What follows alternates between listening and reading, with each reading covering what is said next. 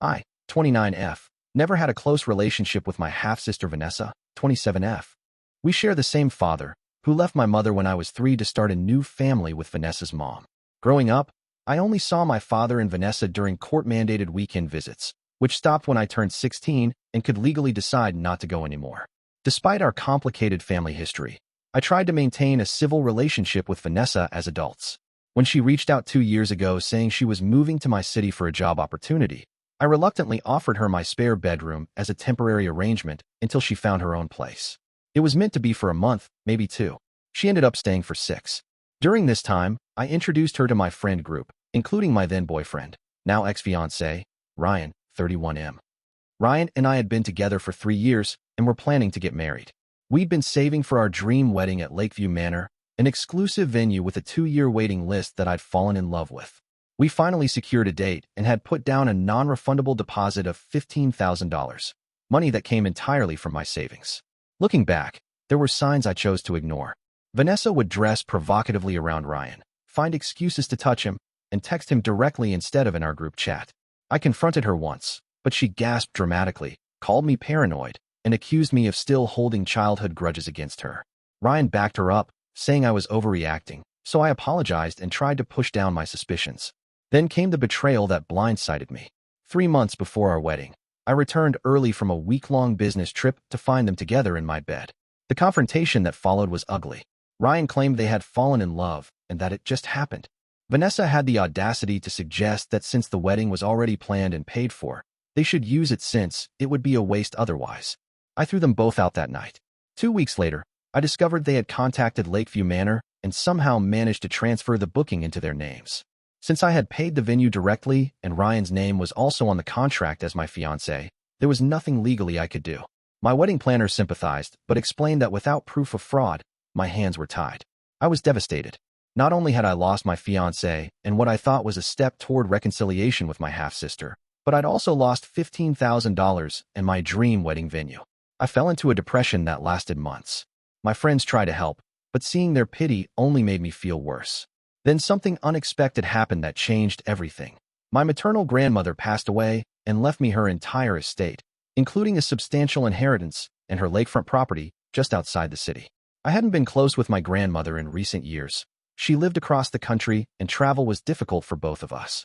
But she had always been my rock during childhood, the one who helped me cope with my father's abandonment. Her lawyer explained that she had followed my life from afar through social media and family updates. She knew about the wedding disaster and had amended her will just weeks before her passing. The inheritance wasn't just money, it was freedom. I took a leave of absence from work and spent 2 months renovating the lakefront property, transforming it into something even more beautiful than Lakeview Manor. The house sat on 5 acres with stunning views, a private dock, and gardens that bloomed magnificently in spring. With some professional landscaping and interior updates, it became the perfect wedding venue, my venue. I didn't attend Vanessa and Ryan's wedding, of course, but my friend Mia went undercover as a distant cousin's +1 and reported back everything. Apparently, Vanessa had been bragging to everyone about upgrading from me to Ryan and how she was finally getting the life she deserved. They used my centerpiece ideas, my color scheme, even the personalized vows I had written and stupidly left on my laptop when they were still living with me. The only thing different was the bride. 6 months after their wedding, I launched New Beginnings Lakefront Venue, a premium wedding and event space that quickly became the talk of the town. I hired the best marketing team money could buy, and within months we were booked solid for 2 years, with celebrities and local elites clamoring for dates. Lakeview Manor, meanwhile, suffered a series of unfortunate events. First a fire in their kitchen that shut them down for renovations, then a scandal involving food poisoning at a high-profile event. Their business tanked. I threw myself into work and personal growth. I took up kickboxing, started therapy, traveled solo to countries I'd always wanted to visit, and eventually started dating again. I met Ethan, a kind architect who helped with the venue renovations, and our relationship blossomed naturally. Then, about a year after their wedding, the rumors started. Ryan had lost his job after his company downsized. They had to move out of their luxury apartment into a much smaller place in a less desirable area. Vanessa, who had quit her job to be a full-time wife, her words, not mine, was now desperately trying to get back into the workforce but finding her resume gap and attitude problematic. I didn't seek this information out. Our city's social circle is surprisingly small, and mutual acquaintances couldn't help but update me on the dramatic downfall. Apparently, the lavish honeymoon and lifestyle they couldn't afford had put them deeply in debt. Ryan had started drinking heavily, and Vanessa was selling their wedding gifts on online marketplaces. Then came the text that I had been half expecting, half dreading. Can we talk? I really need your help. Please. It's important. V. I let it sit unanswered for 3 days while I contemplated my next move. The old me would have rushed to help despite everything. But I wasn't that person anymore. I agreed to meet Vanessa at a coffee shop, neutral territory. When she walked in, I barely recognized her. Gone was the confident, smugly beautiful woman who had stolen my life. In her place was someone haggard, with dark circles under her eyes and clothes that hung loosely on her frame. "Thank you for meeting me," she said, sliding into the booth. Her voice had lost its usual condescending edge. I wouldn't have reached out if I had any other option. The story spilled out between sips of the cheapest coffee on the menu. Ryan had been cheating on her for months, with multiple women. When she confronted him, he became verbally abusive, blaming her for their financial problems. Last week, she'd come home to find him gone, along with their remaining valuables and joint bank account emptied. He'd left behind only a note. "This was a mistake. Don't try to find me." "The irony isn't lost on me," she said, tears welling up. "I did to you exactly what he did to me." I sat in silence, letting her words hang in the air. Part of me felt that karmic satisfaction people always talk about, but another part just felt hollow. Revenge fantasy is always sweeter than reality. "I need a job," she finally said. "And a place to stay?"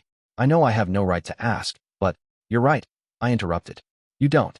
Her face crumpled, but I continued. "I'm not going to rescue you, Vanessa.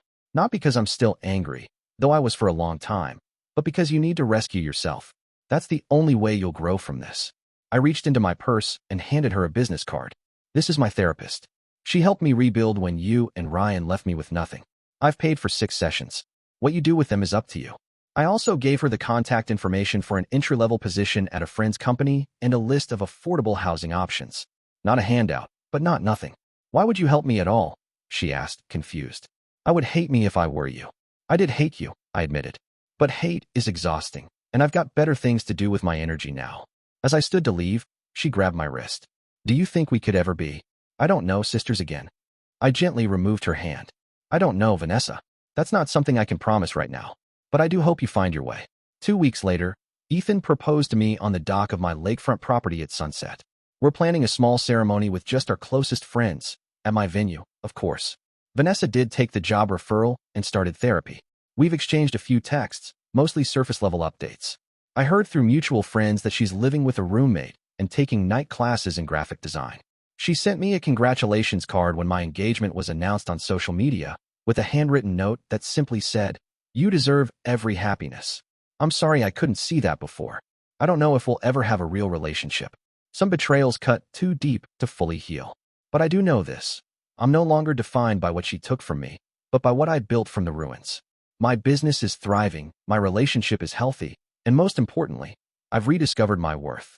As for Ryan, last I heard, he was bartending at a dive bar 3 towns over and living in a studio apartment above the establishment. He tried to reach out once, claiming he'd made the biggest mistake of his life. I blocked his number. Sometimes the best revenge isn't about getting even, it's about getting better. And in that department, I've already won.